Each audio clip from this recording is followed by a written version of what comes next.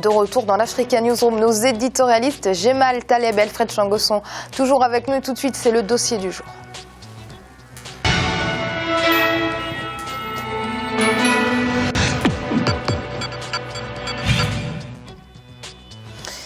Au Niger, des textes consacrent la liberté de la presse et d'expression des textes à l'image de la déclaration de la montagne de la table qui appelle à l'abolition des lois pénales concernant les délits de diffamation, d'insulte et replace donc la liberté de la presse au cœur des discussions et du paysage médiatique au Niger. Mais en pratique, est-ce vraiment le cas? C'est une question sur laquelle s'est penché notre envoyé spécial à Niamey, Wendy Valentin Compaoré. Regardez donc son reportage.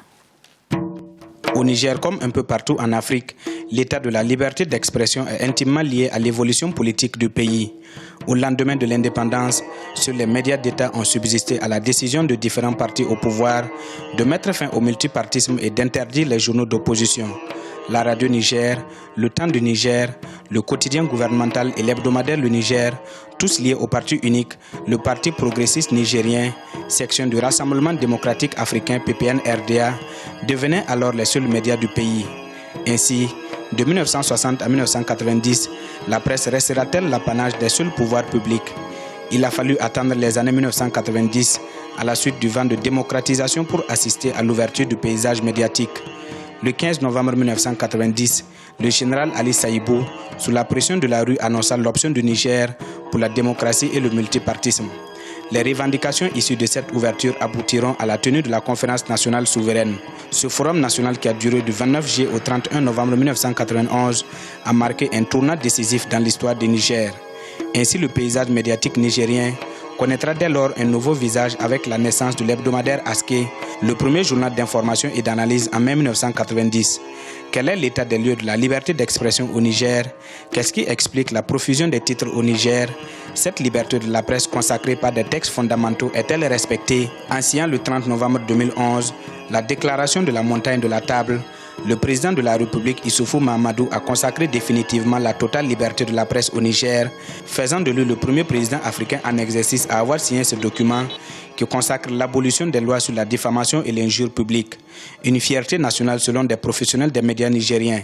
Le Niger est le pays qui peut se targuer quand même, quand on voit ce qui se passe dans certains pays où les journalistes sont carrément assassinés. Le Niger est le pays où il n'y a jamais eu un journaliste assassiné. C'est-à-dire que c'est une réalité, c'est clair. Hein. Malgré tout ce que les gens vont vous dire, je vous dis que le Niger est un pays qui peut s'estimer heureux. C'est un pays où, parce que dans certains pays, des propos qui sont tenus par certains hommes de médias, ça pouvait vous coûter la vie. Avec ces textes, le Niger est une vraie terre de libre d'expression et de pluralisme. Cette signature de la table de la montagne ayant été précédée par la dépénalisation des délits de presse, consacrant son titre de terre libre. La première conséquence, c'était qu'il y a eu une certaine confiance entre les gouvernants et les journalistes. Et ça a permis aussi aux journalistes de se sentir mieux à l'aise afin de faire convenablement leur travail. Si beaucoup de textes confèrent aux journalistes la liberté d'expression, certains sont interpellés ou arrêtés. Abdourahmane Younoussa Issa, journaliste qui anime une émission de débat sur Bonferré TV, l'une des télévisions privées au Niger, dénonce la réalité sur le terrain. Il note avoir été interpellé à plusieurs reprises par les forces de l'ordre. Celle-ci l'accusant de la trop grande liberté prise dans le choix des invités sur le plateau et des sujets abordés. L'émission a lieu tous les dimanches à partir de 10h30 et nous rediffusions 2 fois. Le lundi, la nuit, après 21h, 21h30, et puis le jeudi, dans la journée. On nous dit par exemple, pourquoi vous rediffusez 2 ou 3 fois une émission, vous n'avez pas besoin, une fois ça suffit, etc. Pourquoi vous parlez tout le temps de telle chose? Il faut changer les invités et les consultants. Au Niger, comme un peu partout en Afrique, pouvoir politique et journalistes s'opposent souvent. Ainsi, des professionnels de médias continuent de dénoncer l'intrusion du politique dans les médias. Il y a même un des ministres qui est sorti une fois pour faire une catégorisation des journalistes en classant les journalistes amis et les journalistes ennemis. Un certain nombre de médias sont classés comme étant des médias ennemis. À partir du moment où un homme politique sort pour dire voilà les journalistes qui sont nos amis, voilà les journalistes qui sont de l'autre côté, moi j'ai dit à partir de ce moment-là, il faut créer une dérive. Il y a une dérive. Un homme politique n'a pas à dire ça. Ces accusations sont rejetées par les autorités nigériennes qui estiment que le traitement de l'information fait par certains professionnels des médias manque de professionnalisme. Les journalistes sont totalement libres au Niger. Par contre, il n'y a pas de liberté absolue. Et toute liberté doit s'exercer dans le cadre du respect des lois de la République. Nous avons une ordonnance qui dépénalise les délits commis par voie de presse. Et certains des journalistes se cachent derrière cette ordonnance pour commettre des abus, pour insulter, pour vilipender à tort des paisibles citoyens. Et c'est tout à fait logique, c'est tout à fait normal qu'un citoyen qui se sent vilipendé, c'est tout à fait normal qu'il porte plainte auprès de qui de droit pour que justice soit faite. En 2015, le Niger célébrait sa première journée nationale de la presse. C'est même un décret pris en Conseil des ministres qui institue cette journée. Le premier symbole, c'est d'abord l'engagement des autorités du Niger à respecter et à faire respecter la liberté d'expression. C'est l'engagement du Niger à promouvoir la liberté d'expression dans notre pays. Au début de la décennie 90, on comptait exactement 2 journaux privés que sont l'hebdomadaire Askip et le Républicain en 1991. Si le Niger peut être cité parmi les pays de la sous-région qui œuvrent pour le pluralisme médiatique, il faut toutefois noter qu'il est l'un des rares pays de la sous-région où les journalistes travaillent dans des conditions très difficiles et sans un minimum de sécurité sociale. Pour mettre les journalistes à l'abri de la situation de précarité, l'État a entrepris en 2010 le processus de mise en œuvre d'une convention collective interprofessionnelle. Aussi, depuis 2007, l'État alloue chaque année une subvention aux organes privés de médias dénommés Fonds d'aide à la presse. Dans le dernier classement de l'ONG Reporters sans frontières, la liberté de presse au Niger a évolué. Ce pays de près de 18 millions d'habitants est passé de la 53e place en 2002 à la 47e sur les 180 pays en 2015. Il est classé 7e sur le plan africain.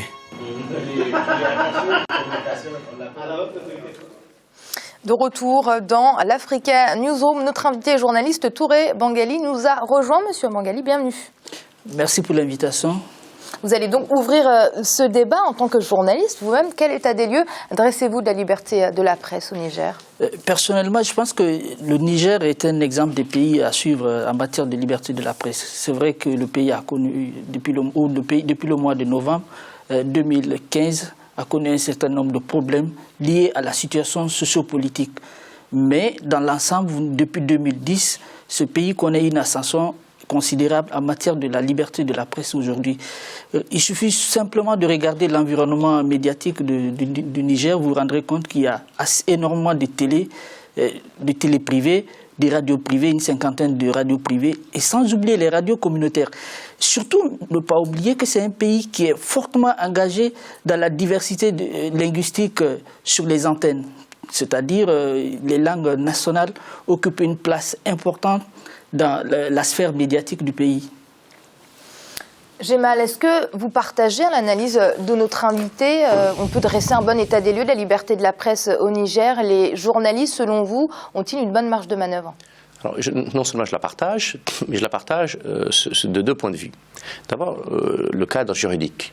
Et il a raison, le cadre juridique est très protecteur du journaliste, de sa source. Le délit pénal a été supprimé. À mon sens, au Niger et en Mauritanie sont les 2 pays où le délit pénal est supprimé. Alfred m'a fait remarquer que le Ghana, ce qui ne m'étonne évidemment pas du tout, a également supprimé le délit de presse. Et la Guinée, on me dit également. Et donc c'est une avancée démocratique fondamentalement importante. Pourquoi? Parce que la contrainte que subissaient les journalistes, c'était toujours « donnez-nous vos sources ». Et on négocie avec vous. Et donc c'était une entrave extraordinaire et une autocensure imposée aux journalistes à chaque fois, sinon carrément les empêcher d'exercer leur métier. Et donc de ce point de vue-là, le cadre juridique est très protecteur au Niger, mais il est protecteur sur ce sujet-là comme sur beaucoup d'autres. Il n'y a pas de doute là-dessus. La deuxième chose, c'est la réalité effective. Pour ceux qui ont connu le Niger il y a 10 ans, et qui débarquent, et qui débarquent aujourd'hui et qui regardent le paysage médiatique du Niger, on est non seulement dans un changement, mais dans une révolution. Combien de médias privés, combien de chaînes de télévision privées, combien de radios privées. Alors je ne dis même pas le site internet et les quotidiens. C'est une vraie révolution. Et de ce point de vue-là, je pense moi que c'est un acquis totalement définitif et je ne pense pas qu'un régime politique, quel qu'il soit, puisse revenir là-dessus. Donc, c'est clair. Le Niger a inauguré le thème, en tout cas dans la région qui était la nôtre, des conférences nationales qui ont abouti sérieusement sur quelque chose. Malheureusement, ça ne s'est pas bien passé après, mais enfin, l'histoire est celle-là, l'apprentissage. De l'apprentissage, on apprend et on s'améliore, et le Niger, de ce point de vue-là, est aujourd'hui totalement amélioré. Le président Issoufou lui-même ayant souffert par le passé de la liberté de la presse, de la liberté tout court.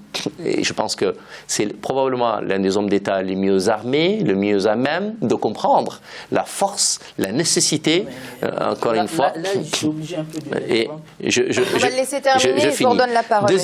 Deuxièmement, se pose évidemment après la question de l'impunité. C'est-à-dire qu'il y a deux écoles de pensée dans ce schéma-là. Il y a l'école anglo-saxonne qui est plutôt favorable à une liberté quasi absolue, avec ses dérives, avec ses difficultés. Même pas quasi. Voilà. Enfin, il n'y a jamais vraiment, mais en tout cas, elle est forte et elle est réelle, mais avec ses dérives, avec ses pousses au suicide, avec ses procès au quotidien, et ça donne incontestablement beaucoup d'honoraires et d'argent aux avocats, ils ne vont pas se plaindre, et ça donne aussi une force de la démocratie qui est importante. La deuxième école de pensée, c'est l'école française ou francophone, qui, elle, donne une liberté aussi, il n'y a aucun doute là-dessus, la question ne se pose pas, mais elle met un rivage, elle met un cadre. Et en gros, la loi du 29 juillet 1881, qui est une loi fourre-tout, dans laquelle il y a évidemment tout ce qui encadre la liberté d'expression et la vie des médias. Et donc, elle, évidemment, est un cadre. Et elle permet beaucoup de possibilités, évidemment, de s'exprimer, mais il est clair que les procès sont faciles, que le journaliste est encadré et qu'on ne peut pas dire n'importe quoi. Et puis, elle donne une place importante au droit à l'image, au droit à la parole, et donc à la non-liberté du journaliste de faire ce qu'il veut. Et donc, ces écoles-là, visiblement, le Niger a choisi la première. Et en choisissant la première, il ouvre la voie, évidemment, à quelque chose d'inédit en Afrique, qui est donc la liberté absolue de la presse. Le penseur Hegel disait que la presse est le petit déjeuner de l'homme moderne. Je pense qu'au Niger, l'homme moderne est aussi né avec la presse. Monsieur Bangali, très rapidement. Ça va être très difficile pour moi, après un long réquisitoire au plaidoirie que mon collègue vient de faire, seulement c'est de lui faire comprendre qu'il ne faut pas qu'on accorde assez de blasphème à Issoufou. L'élan que Issoufou vient de prendre, je pense qu'à mon avis, il ne va pas réussir, mais il faut qu'on dénonce la façon la plus claire que l'élan qu'il est en train d'entreprendre, qu'il est en train de prendre au Niger est un mauvais chemin par rapport aux journalistes. Et c'est quoi l'élan ? L'élan, depuis l'arrivée de Hamamadou sur le sol, les journalistes n'ont pas connu la paix. Ça, il faut le dire. Et au-delà même de... La chance peut-être pour le Niger, c'est qu'il y a des mécanismes de contrôle. Ils ont une juridiction qui est assez indépendante. Vous voyez... Mais M. Diaby, je ne pense pas... Pardonnez-moi de vous couper. Je ne pense pas, sincèrement. Non, nous avons suivi tout récemment une grève, chose inédite au Niger, une grève des journalistes. Pourquoi? Parce qu'ils ne pouvaient pas admettre que les acquis obtenus dans des périodes très très difficiles puissent être remis en cause parce que tout simplement Issoufou veut rester au pouvoir, veut garder le pouvoir. Est-ce que vous êtes d'accord avec moi que la liberté, la démocratie ne sont pas menacées par le président Issoufou? Est-ce que vous êtes d'accord avec moi que rien, je finis, rien dans le parcours, rien dans le parcours. C'est une évidence aujourd'hui, quand vous voyez l'environnement du Niger, politique, laissez-moi finir. Issoufou menace de loin les libertés, la démocratie dans son pays. Rien dans le parcours, rien dans les actes, rien dans les faits du président Issoufou ne l'amène, ne le conduise à être un dictateur. Et il n'a pas commencé... Comment vous expliquez les opposants qui sont aujourd'hui candidats à l'élection, dont la candidature a été validée par le Conseil constitutionnel? Vous allez nous amener à parler du cas de Hama Amadou, n'est-ce pas? Évidemment. Ce qui n'est évidemment Et pas le sujet. seul dans C'est fini. on va Ce qui n'est pas le sujet ici. Ce qui n'est pas le sujet ici. Je pense qu'Amira. L'avancée de la démocratie Attendez. est synonyme de l'avancée des Messieurs, on va donner peut-être la parole à Alfred. Allez-y. On va donner la parole à Alfred. Il y a deux sons de cloche. Oui, mais- Alfred, ici, peut-être revenir rapidement. On ne va pas le nier. C'est vrai qu'au niveau des textes, la liberté de la presse est censée être des garanties au Niger. Ça a même été un pionnier en 2011 quand il a signé cette déclaration qui garantissait la liberté d'expression. Peut-être qu'en pratique, c'est autre chose. On va peut-être pas revenir sur ce qui s'est passé au mois de janvier 2015. Plusieurs manifestations qui ont été réprimées, des bureaux de presse qui ont été pris d'assaut par l'armée également. En réalité, c'est une situation paradoxale au Niger. Mes deux co-présents ici ont rappelé les avancées qui ont été d'accord. Sauf que dans la réalité, Youssoufou, surtout que les élections s'approchent, arrivent, est tenté parce que beaucoup de chefs d'État africains font justement. C'est-à-dire que la tentation de museler la presse pour ne laisser entendre que la presse qui peut l'encenser, qui est proche du pouvoir. Quand il y a une autre presse qui fait un pas de côté, et notamment par rapport au retour de Hama Amadou, effectivement, les journalistes sont inquiétés. Et donc là, il y a une sorte de paradoxe. Je veux dire que, effectivement, suivre le modèle français n'est pas, en l'occurrence pour la presse, n'est pas le bon. Le modèle anglo-saxon, c'est vraiment si on veut aller jusqu'au bout de la liberté, c'est ça. Vous n'entendrez jamais. Je n'en dis ce qu'on vient pas. Mais oui, justement, c'est ça. Vous n'entendrez jamais qu'un journaliste a été arrêté à Londres parce que il a écrit le Sun. Pour ne prendre que cet exemple. Vous n'apprendrez jamais aux États-Unis qu'un tel journaliste a été arrêté parce qu'il a dit d'Obama, parce qu'il a diffamé Obama, parce qu'il a raconté n'importe quoi sur Obama. En France non plus. Parce que justement, il y a une autre conception du rôle de la presse, du pouvoir de la presse. Et d'ailleurs, les hommes politiques américains s'en méfient. Je pense effectivement qu'au niveau du Niger, on est sur le chemin de l'apprentissage de cette liberté de la presse, mais aucun président africain aujourd'hui ne donne cette liberté absolue, cette liberté totale à la presse, voulant toujours, chaque fois, contrôler un tout petit peu, se disant, mais oui, la presse, si elle dit la vérité sur certaines choses, eh ben, ça m'affaiblit, par conséquent, il faut trouver les moyens, même si on ne contrôle pas les sources, mais il y aura des vexations, il y aura des convocations pour...